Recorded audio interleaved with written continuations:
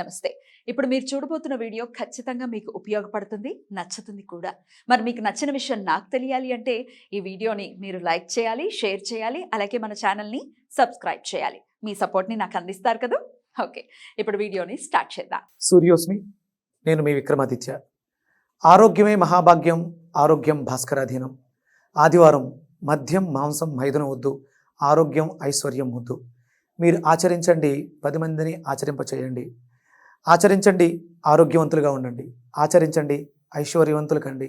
ఆచరించండి, ఆనందంగా జీవించండి. సూర్యోస్మి. నమస్తే, వెల్కమ్ టు అవర్ ఛానల్. నేను కుప్పా పద్మిని. ప్రస్తుతంతో పాటు ప్రముఖ ఆధ్యాత్మికవేత్త, సూర్యోపాసకులు, sun spiritual society founder Vikramaditya garu ఉన్నారు. మాట్లాడదాం. సార్ నమస్తే. సార్ సూర్యోస్మి తల్లి. సార్ ఏంటి సార్ 30 ఏళ్ల తర్వాత మళ్ళీ 30 ఏళ్ల తర్వాత మళ్ళీ ఏమిటి రాశి ఫలాలు చెప్తున్నారా? దీని గురించి చెప్పండి సార్. సాధారణంగా నేను జాతకాల గురించి రీసెర్చ్ చేస్తూ ఉంటాను, చూస్తూ ఉంటాను. నువ్వు మన కుటుంబ సభ్యుల కోసం ఏదైనా విషయం ఉంటే దాన్ని రేకెత్తించి నాతో విషయ పరిజ్ఞానాన్ని చేయించి జనాలకు చెప్పిస్తూ ఉంటాం. మళ్ళీ ఎంత అమాయకంగా ఏంటి సార్ మళ్ళీ మీరు చెప్పాలి. తెలిసిందే, అంటే మన వాళ్ళందరూ చెప్పిందే, ఏదో కొంచెం కొత్తగా ఉంటుంది. నాకున్నటువంటి విషయ పరిజ్ఞానం, విశ్లేషణ నేను కొన్ని చూసే, అంటే ఇప్పుడు ఇక్కడ జరిగేది మనం కుంభరాశిలో రవి శనులు కలుస్తున్నారు కలయిక. అంటే ఇక్కడ కుంభం గురించి ఎందుకు మాట్లాడుతున్నాం అంటే ఇది ఒక సైంటిఫిక్ రాశి. ఇప్పుడు జరిగే యుగం కూడా కుంభయుగం నడుస్తుంది. అంటే రాహు యొక్క ఆధిపత్యం నడుస్తుంది. ఇక్కడ ఒక ఈవెంట్ జరగడానికి కారణం అవుతుంది. దాని గురించి మనం మాట్లాడాలి కాబట్టి నేనైతే నా విశ్లేషణ కొంచెం సైంటిఫిక్ గా ఉంటుంది కాబట్టి డెఫినెట్లీ అందున సూర్యుడు గురించి అడిగినప్పుడు మరి మిమ్మల్ని ప్రత్యేకించి నేను అడుగుతూ ఉంటాను కదా. మీరు సూర్యోపాసనలో ఉన్నారు. రవి శనుల కలయిక మీరు బోర్డు మీద రాసినట్టుగానే 30 ఏళ్ల తర్వాత మళ్ళీ అన్నారు కాబట్టి దాని గురించి ఒక్కసారి క్లారిటీ. ఇది అంటే కుంభరాశిలో జరుగుతున్నటువంటి గ్రహ సమ్మేళనం. ఇక్కడ మనకు ప్రస్తుతానికి కనిపించేవి 2 రాశులే, రవి శని కలయిక. వీళ్ళిద్దరూ అంటే తత్వాలు. ఒకళ్ళు మెటీరియల్ వరల్డ్ అయితే ఒకళ్ళు ఆత్మకారకత్వం. ఈ రెండిట్ల కలయిక అంటే మనసుకి శరీరానికి మధ్యలో జరిగేటువంటి ఒక యుద్ధం. ఒకటి కోల్డ్ ప్లానెట్, ఒకటి టూ హాట్, విపరీతమైనటువంటి వేడి. అంటే దీనివల్ల పెద్దగా మనకు వచ్చేటువంటి ఇబ్బందులు పెద్దగా ఏమి కనపడవు, కానీ ఈ కలయిక వల్ల అంత మంచిగా జరుగుతుంది. ఇది ఇక్కడ శతభిష నక్షత్రంలో జరుగుతుంది. శతభిష నక్షత్రం అంటేనే అంటే అశ్వాలు. శతభిష నక్షత్రానికి మనం జంతువు తీసుకుంటే గుర్రం వస్తుంది. అలాగే మేషంలో ఉన్నటువంటి అశ్వని మగ గుర్రం, ఇక్కడ శతభిషంలో ఉన్న గుర్రం ఆడగుర్రం. అంటే అశ్విని దేవతలు కాబట్టి కలయిక జరుగుతుంది కదా. రవికి అశ్విని కుమారులు ఏమవుతారు? పిల్లలు, ఆయన పిల్లలు. శనికి ఏమవుతారు? అన్నదమ్ములు, సోదరులు. అంటే ఇక్కడ ఒక అద్భుతమైనటువంటి హీలింగ్ ప్రాపర్టీ ఏదో జనరేట్ అవుతుంది. ఎందుకు అంటే శతభిష నక్షత్రం మీదే ఈ కలయిక జరుగుతుంది. అంటే ఇదంతా ఒక ఎత్తు. ఇప్పుడు ప్రస్తుతం ఈ రెండే కనిపిస్తున్నాయి, కానీ మనకి బుధుడు కూడా యాడ్ అవుతాడు. బుధుడు కూడా ముగ్గురు కలిసి చాలా రేరుగా ఒకే డిగ్రీలో 15 డిగ్రీల దగ్గరగా ఒకేసారి దగ్గరకు రావడం వల్ల ఈ ట్రాన్సిట్ జరుగుతుంది. దీని ప్రభావం మన మీద ఉండబోతుంది. అంటే గ్రహాలు వాటి తాలూకు ఇన్ఫ్లుయెన్స్, గ్రావిటీ. అంటే ఇక్కడ మనం 12 రాసులు తీసుకున్నాం, నక్షత్రాలు తీసుకున్నాం. ఈ నక్షత్రాల ప్రభావం మన శరీరంలో, అంటే వెజిటేబుల్ థెరపీతో మనం ఉన్నాం కాబట్టి బుధుడు దేనికి కారకుడు? బుద్ధి కారకుడు. మనకి కన్యా రాశి, మిథున రాశి. మిథునం మనం గోరుచిక్కులు చెప్తాం, ఇక్కడ నరాలకు సంబంధించిన వ్యవస్థ. ఇక్కడ కన్యా రాశి లివర్కి సంబంధించినటువంటి సమస్యలు. అలాగే పంచమం అంటే ఇక్కడ జరిగే యుద్ధం ఎవరికి? రవికి శనికి. అంటే పూర్తిగా తూర్పు పడమర పరిస్థితులు, ఎదురెదురుగా ఉండేటువంటి ఇబ్బందికరమైనటువంటి పరిస్థితులు. అంటే శాస్త్రం ఎందుకు బద్ధ శత్రువులుగా మనం పదాన్ని వాడుతున్నా దాని ప్రభావం ఎంతో కొంత ఉంటుంది. ఇప్పుడు చూడండి, మనకి రాములు వారు జన్మ తీసుకున్నప్పుడు ఆ 30 రోజులు ఆయన చూడడానికి వచ్చేస్తే రాత్రి పగలు ఏకమైపోయింది. అంటే ఇలాంటి పరిస్థితులు ఏవో జరగబోతాయి. ఇది 30 ఏళ్ల క్రితం జరిగింది. అంటే ప్రతి 30 ఏళ్లకు ఒకసారి మాత్రమే జరుగుతూ ఉంటుంది. అలా ఎలా? ఒక్కసారి దాని గురించి ఇంకొంచెం వివరంగా. 30 ఏళ్లకు ఒక్కసారి మాత్రమే రవిశనులు కలుస్తారనా ఎలాగా? ఇప్పుడు శనేశ్వర్ల వారు ప్రతి దాంట్లోనూ నడక 2.5 ఏళ్ళు ఉంటుంది. ఒకసారి తిరిగి రావడానికి ఎంత పడుతుంది? 30 ఏళ్ళు పడుతుంది.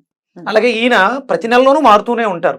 కానీ కుంభరాశిలో ఈయనకు మళ్ళీ కలవడానికి 30 ఇయర్స్ పడుతుంది. అంటే ఒక 30 ఏళ్ల క్రితం జరిగింది, ఇప్పుడు మళ్ళీ జరుగుతుంది. పెద్ద రెవల్యూషన్ థింగ్ ఇది డెఫినెట్ గా. అంటే రేర్ కాంబినేషన్. అద్భుతం సార్. 30 ఏళ్ల తర్వాత మళ్ళీ మరి రవిశనులు కుంభరాశి అంటేనే సహజ లాభస్థానం. ఇప్పుడు సైంటిఫిక్ గా, అంటే ఇప్పుడు అంతా నడిచేదంతా కంప్యూటర్ యుగం, సైన్స్ మీద నడుస్తుంది కాబట్టి ఈ రెవల్యూషన్ అంటే సాఫ్ట్వేర్ కంపెనీల మీద కావచ్చు, ఇప్పుడు ఐటీ రంగాలు కావచ్చు, లాభాల మీద కావచ్చు, అంటే మనం చేసే వ్యాపారాల్లో వచ్చే లాభాల మీద కావచ్చు. అలాగే ఇక్కడ జరుగుతున్నటువంటి గ్రహాలు శని, రవి, అలాగే రాబోతున్నటువంటి బుధుడు. వీటికి ప్రాతినిధ్యం ఏమొస్తాయి? రవి ప్రాతినిధ్యం పంచమ స్థానం.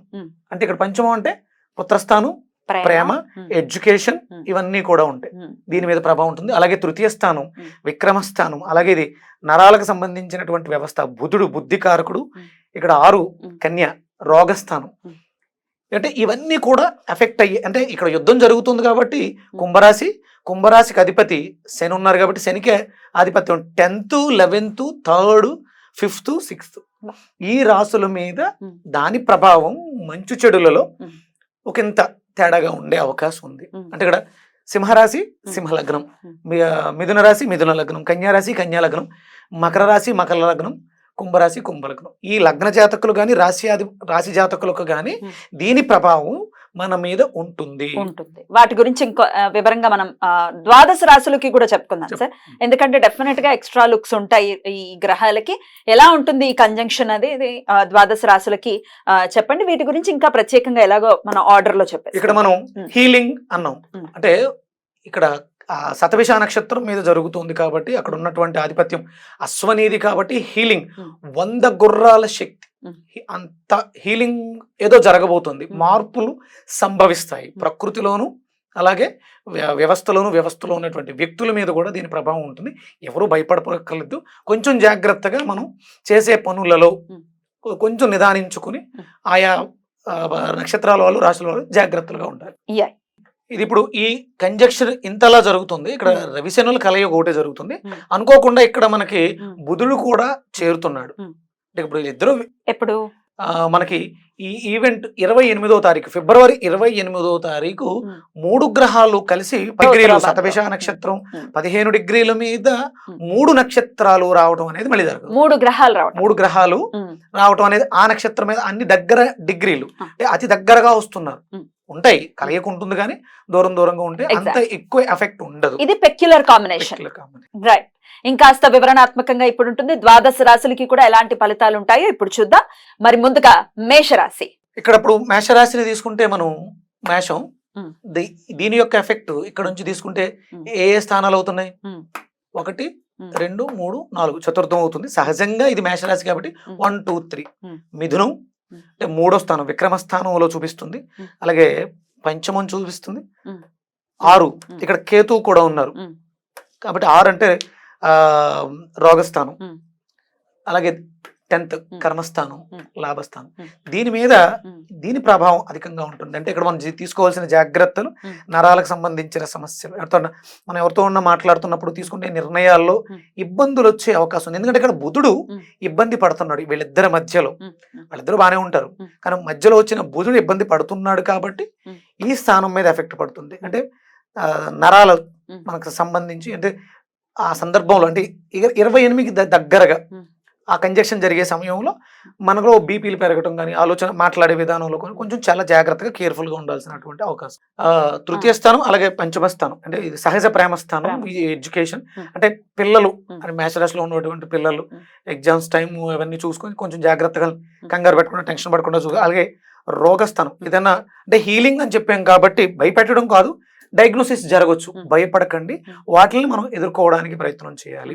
అలాగే వృత్తి 10th అనేది వృత్తి స్థానం కాబట్టి మనకు వృత్తిలో వచ్చేటువంటి అవకతవకలు, ఒకవేళ ఏదైనా జరగబోతుంది మార్పులు అన్నప్పుడు నిర్ణయాల విషయంలో ఆగండి. ఆగి తొందరపడిపోయి, అంటే సహజంగానే మేషరాశి అంటే కొంచెం అగ్రెసివ్ గా ఉంటుంది, అగ్రెసివ్ గా అందుకని దాన్ని తగ్గించుకుని Right. కొంచెం ఈ నెల రోజులు అంటే పర్టికులర్ గా Feb 28 ఈ కంజంక్షన్ అనేది ఇంకా పర్టికులర్ గా జరుగుతుంది అంటే సహజంగా మనకి ఎప్పుడు కూడా అమావాస్యకి ముందు అమావాస్య తర్వాత రోజు అలా తీసుకుంటాం దాని ఎఫెక్ట్. అలాగే 28 ప్రధానంగా తీసుకుంటున్నాం కాబట్టి 27, 28, 29 అంటే మరీ దగ్గరగా వచ్చి ఆ డివైడ్ అవ్వడానికి జరిగే సందర్భాల్లో కొంచెం జాగ్రత్తగా ఆ 3 రోజులు జాగ్రత్తగా ఉండాలి. మనకి అనుకోకుండా ఇది లీప్ ఇయర్ కూడా కదా, లీప్ ఇయర్ 29వ తారీఖు కూడా, 29 కూడా ఉంది. కొంచెం జాగ్రత్తగా కేర్ఫుల్ గా ఉండండి. అంటే భయపడాల్సిన పని ఏమీ లేదు. కొంచెం మనం నిర్ణయాలు తీసుకోవడంలోను ఆరోగ్య విషయంలోను కొంచెం కేర్ఫుల్ గా ఉండండి. మార్చి 14 వరకు కూడా ఈ కంజంక్షన్ ఇలాగే ఉంటుంది కాబట్టి జాగ్రత్తగా ఉండడం బెటర్. చాలా జాగ్రత్తగా ఉండాలి. అందుకని ఇక్కడ మనం గోరుచిక్కుళ్ళని ప్రిఫర్ చేస్తాం. అలాగే దొండకాయలు, లివర్ కి సంబంధించి ఇక్కడ నిమ్మకాయ, అంటే గోరుచిక్కుళ్ళు నిమ్మకాయ ఈ కాంబినేషన్ లో మేషరాశి వాళ్ళు జ్యూస్ తీసుకుంటే అద్భుతంగా ఉంటుంది. ట్రయాంగిల్ అంటే వాళ్ళకి వచ్చేటువంటి సమస్యల నుంచి పరిష్కారం తీసుకోవడానికి. ఇది సహజంగా మనం బెండకాయలు చెప్తాం. బెండకాయలు కూడా అంటే మన శరీరంలో ఆ ఎక్సోక్రైన్ గ్లాండ్స్ శ్వాస వ్యవస్థని మెరుగుపరచుకోవడానికి బెండకాయలు కూడా బాగా తీసుకోవడం మంచిది. ఆరాధన ఎలా చేసుకోమంటారు? ఎవరు ఆరాధన చేసుకోమంటారు? రవి శని బుధులు కాబట్టి ఇక మనం ఆదిత్య హృదయాన్ని ఎలాగో శరణ వేయడం, శనేశ్వరుల వారికి విష్ణుమూర్తి ఆరాధన, విష్ణు సహస్రనామార్చన అదే బుధుడికి కూడా పనిచేసేస్తుంది కాబట్టి మనం ఆదిత్య హృదయము, విష్ణు సహస్రనామార్చన కొంచెం పెక్యులర్ టైం కాబట్టి కొంచెం జాగ్రత్త వహించి మార్చి 14 వరకు జాగ్రత్త వహిస్తే సరిపోతుంది. అద్భుతం సార్, చాలా బ్యూటిఫుల్ గా ఎక్స్ప్లెయిన్ చేశారు. Thank you so much. ఇక నెక్స్ట్ ఎపిసోడ్ లో వృషభ రాశి గురించి మాట్లాడుకుందాం. నమస్తే. సూర్యోస్మిత.